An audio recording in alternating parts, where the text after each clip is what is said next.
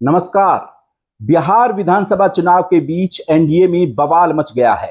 ये बवाल अमित शाह के उस बयान के बाद मचा है जो उन्होंने आज तक के मंच पर दिया था। केंद्रीय गृह मंत्री अमित शाह ने आज तक के कार्यक्रम में कहा था कि चुनाव नतीजों के बाद विधायक दल की बैठक में ही सीएम पद का चेहरा तय होगा। यानी कि जो पिछली बार जब चुनाव हुआ था विधानसभा का, तो एनडीए की तरफ से नीतीश कुमार का चेहरा आगे किया गया था और उन्हीं के चेहरे पर चुनाव लड़ा था। लेकिन इस बार ऐसा नहीं है। जिस तरह से अमित शाह का ये बयान सामने आया, इसके बाद पूरी की पूरी जेडीयू में सन्नाटा सा पसर गया। शाह के बयान पर सफाई देने के लिए जेडीयू के वरिष्ठ नेता और केंद्रीय मंत्री लल्लन सिंह को आगे आने पड़ा। लल्लन सिंह ने कहा कि गृह मंत्री जी के बयान के अलग अलग भाग को तोड़ मरोड़ कर पेश किया जा रहा है।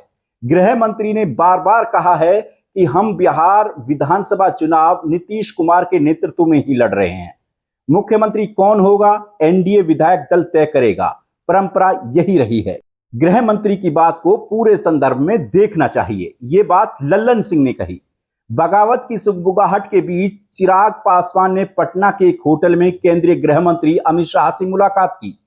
कहने को तो ये मुलाकात बिहार विधानसभा चुनाव को लेकर और एनडीए गठबंधन की चुनावी रणनीति को मजबूत करने के लिए हुई, लेकिन सूत्र बता रहे हैं कि अमित शाह चिराग पासवान को आगे कर इस पूरे मामले को डैमेज कंट्रोल करने की कोशिश कर रहे हैं।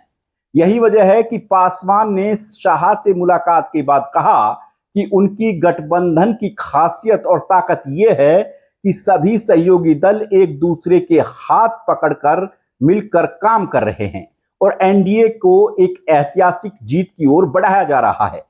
चिराग पासवान ने कहा कि एनडीए ने अपने सभी 5 सहयोगियों का सम्मान किया है और बातचीत पूरी की है।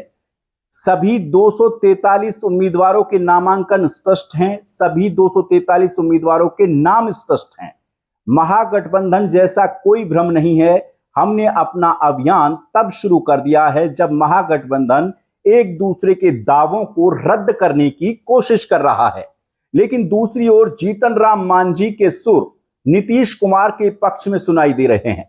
केंद्रीय मंत्री जीतन राम मांझी ने कहा कि अमित शाह एनडीए के प्रमुख नेताओं में आते हैं और यदि उन्होंने कुछ कहा है तो उसे आधिकारिक ही माना जाएगा।